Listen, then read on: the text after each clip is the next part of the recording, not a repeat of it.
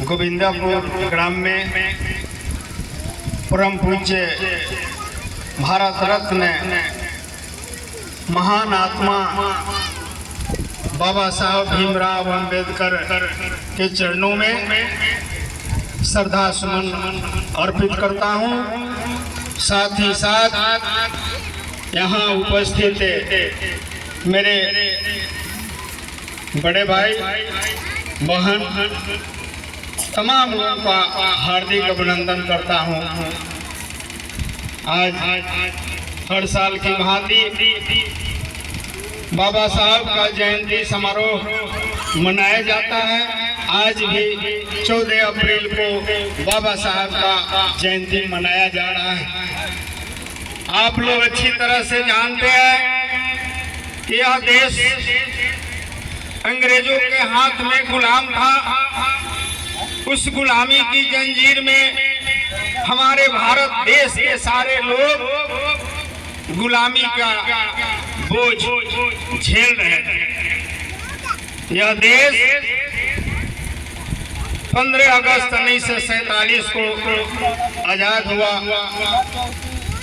देश तो आजाद हुआ, लेकिन इस देश के चलाने के लिए, इस देश को व्यवस्थित ढंग से करने के लिए, कानून को बनाने के लिए तमाम समस्याएं उत्पन्न होने लगी। उस परिस्थिति में कोई ऐसा व्यक्ति नहीं था कि यह कानून का किताब लिख दे, ये भारत की संविधान को लिख दे। तो वहाँ तमाम सदस्यों ने मिलकर यह कहा कि यह कार्य तो ये डॉक्टर भीमराव अंबेडकर ही कर सकते हैं। उस परिस्थिति में जब संविधान लागू करने का काम हुआ, जब लिखने का काम हुआ, तो ये आरक्षण शब्द से वे सारे सदस्यों ने आंख मुंह मोड़ना शुरू कर दिया। बाबा साहब ने कहा कि जब आरक्षण का काम नहीं होगा तो मैं इस संविधान को नहीं लिखूंगा। हाहाकार मच गया उस सदस्यों में। बाबा साहब को फिर मनाने के लिए सारे सदस्य एकत्रित होकर यह कहने लगा कि यह कार्य आप ही कर सकते हैं, डॉक्टर भीमराव अंबेडकर, यह दूसरा नहीं कर सकता है। मैं कहूंगा कि बाबा साहब ने जो अपने संविधान में लिखा कि समतामूलक समाज के लिए आरक्षण की व्यवस्था किया कि ये समाज के जो दबे गुजरे, शोषित पीड़ित, जो शिक्षा से दूर रहने वाले लोग हैं, उनको अधिकार मिले और वह भी लोग भी समानता की भावनाएं उनके मन में आए और समानता की जीवन जिए। मैं कहना चाहूंगा कि बाबा साहब ने केवल अनुसूचित जाति के लिए ही यह आरक्षण का व्यवस्था नहीं किया है।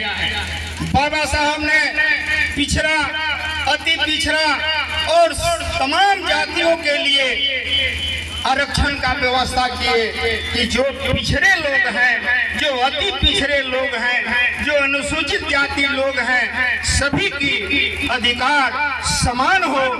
इसके लिए बाबा साहब ने आरक्षण का व्यवस्था किया। मैं कहना चाहूंगा कि यह क्यों कहा जाता है कि बाबा साहब केवल अनुसूचित जाति के लोगों के लिए ही आरक्षण की व्यवस्था किए हैं। ये क्यों नहीं कहा जाता है कि बाबा साहब ने पिछड़ों के लिए भी आरक्षण का व्यवस्था किया है। यह क्यों नहीं कहा जाता है कि बाबा साहब ने अति पिछड़ों के लिए भी आरक्षण की व्यवस्था किया है।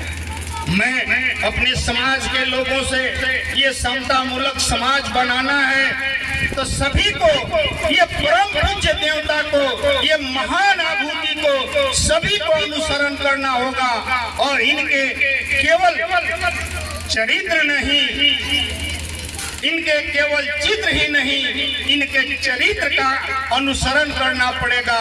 कितने कठिनाइयों से, कितने परिश्रम से उन्होंने उस संविधान को लेकर आप लोगों को जगाने के लिए जो कार्य किए, उस कार्य का कड़वा आप ही लोगों को बढ़ाना होगा। आप ही लोग को ये अपने समाज के साथ पैरों में, कदमों में कदम मिलाकर चलना होगा, तभी यह समाज समता मूलक समाज बन सकता है। मुझे भगवानपुर में भी प्रोग्राम है, कम समय में अपने वाणी को विराम देता हूँ। जय हिंद, जय भारत।